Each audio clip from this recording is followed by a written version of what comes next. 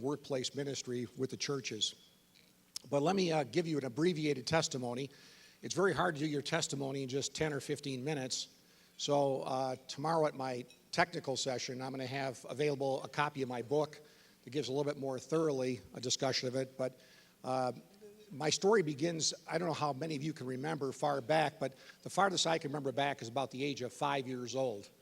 And some people remember when they're even younger than that as babies, but I do recall at the age of 5 or 6 that my family always struggled. We were always on the poor side of the economic track, and we were a family of 6 children, a father that didn't want my mother to work. He was a laborer and had to work 2 jobs just to put food on the table. So I would go to school. I didn't enjoy the normal things that kids would enjoy, going on class trips and having lunch food money, wearing secondhand clothes. And so I remember thinking that my father couldn't work any harder. So about the age of 6, I decided to start my first business, which is kind of sad.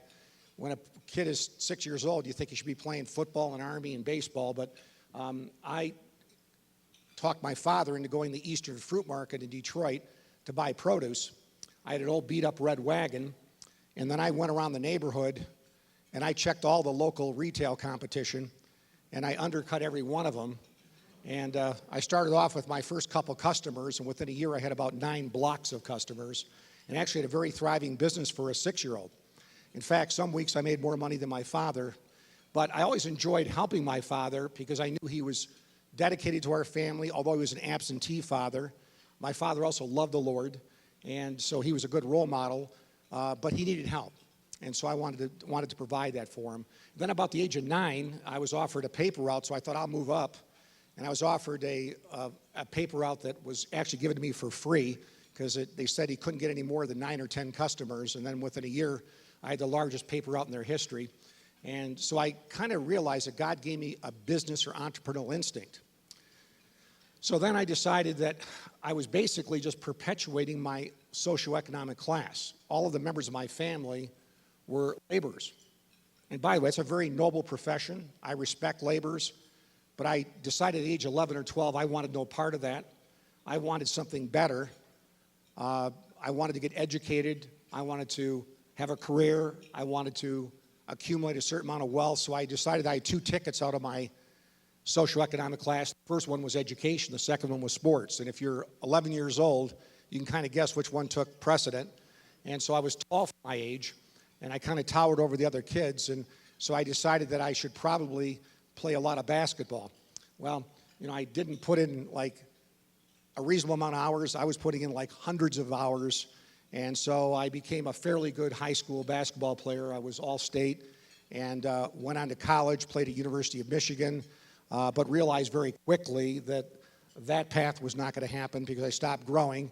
I got to 6'1", and I was in the land of the giants, and I couldn't jump very high, and I was not a Chris Paul or a Steve Nash. So Plan B went into place, and I decided, well, I'm going to go on and get my education. I went on to get my MBA, but prior to that, my second year of college in Ann Arbor, Michigan, I was invited to a prayer community. And this prayer community was something that I normally, as a Catholic growing up, would not go to. We believed that the priest should read the Bible, and I know it's changed nowadays, but we didn't even have a Bible in our house. But my roommate encouraged me to go. I went to the prayer community, and the people were strange. They were kind of glowing, and they were raising their hands and worshiping the Lord, actually reading right out of the Bible. So I got kind of curious. They seemed so happy. I thought, gee, what do they have that I don't have? So I started attending a Bible study, actually in the basement of a Roman Catholic church. We called it the underground study. And what happened was I realized very quickly that I was a sinner. I needed Christ as my Savior. I became born again and spirit-filled. But there was a little bit of a problem because even though I was redeemed through the blood of this thing going in and out, but there's nothing I can really do about it. So bear with me. But I decided then to really kind of put God on the back burner. I hate to use that expression, but I decided that my first was to become wealthy, which is really kind of a very sad commentary that as a Christian, a young man, that my personal goals were above my Lord and Savior. So what resulted was what I call the prodigal part of my story. Some of you might relate to a prodigal part in your life, but I really had no excuse. So I went on to get my MBA, and then I proceeded to figure out where could I make an unlimited income. We should switch. Try that. If it does it one more time, go to this. Okay. No, he wants to switch it out, George. Are we ready? He wants to switch it out. This one? Okay.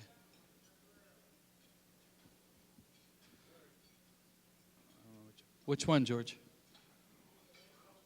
We have 3 mics.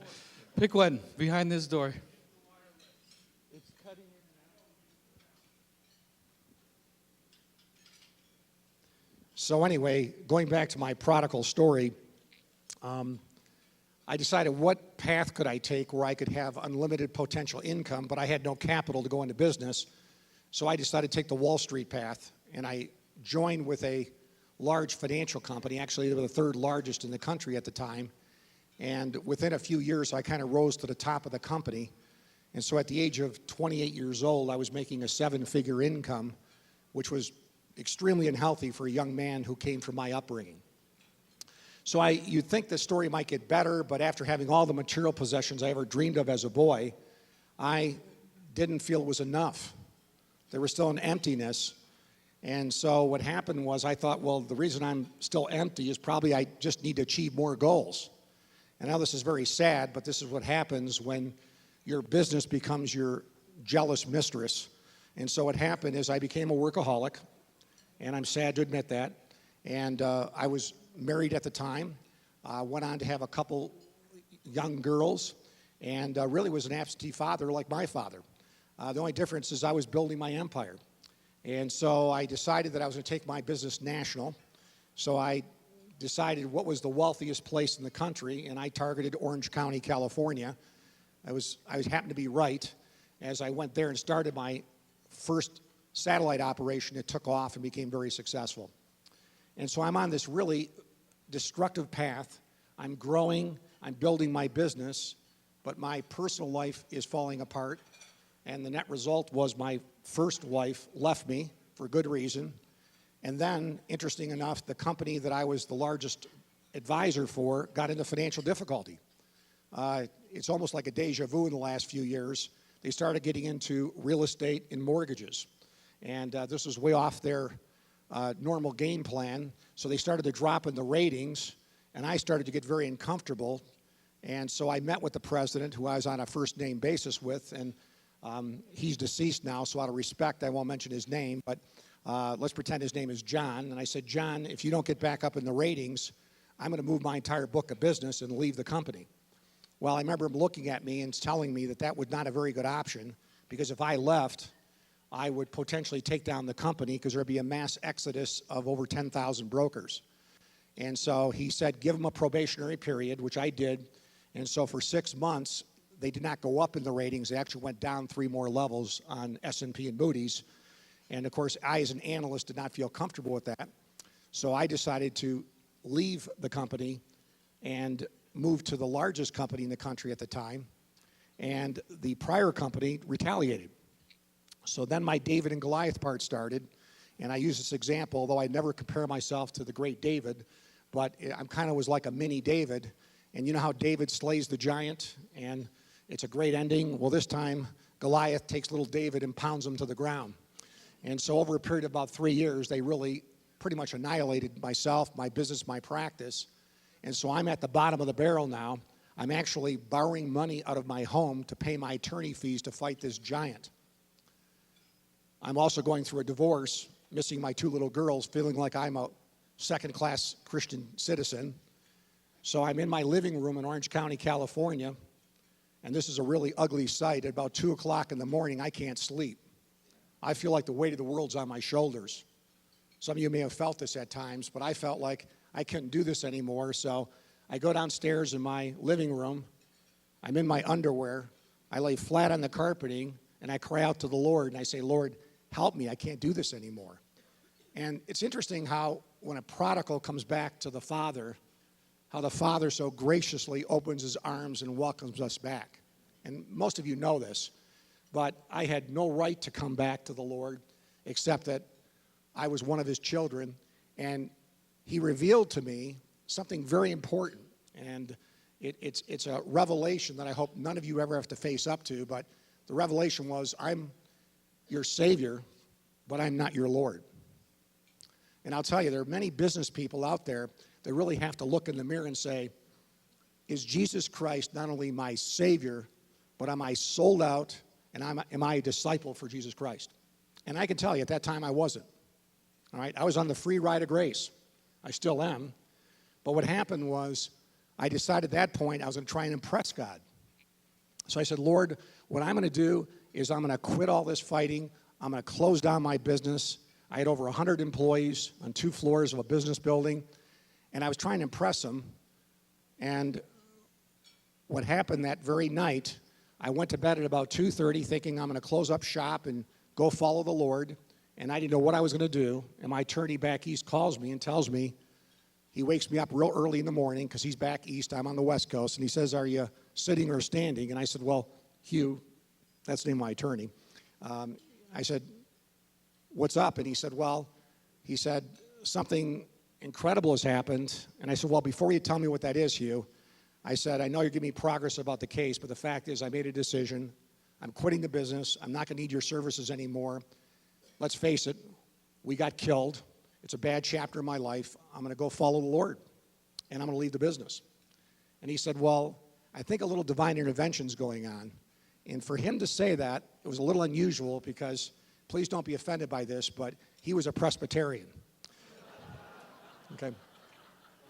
And, he wasn't really vocal with his relationship with Christ. In fact, honestly, I didn't even know he was a Christian. He knew where I stood, but for him to make that comment was kind of unusual. He said, well, I just got a call from the chief counsel, and they want to settle with you. They don't want to go any further. They think they have a bad case against you because we were on appeal. So I asked him, I said, what does that mean? He says, to be honest with you,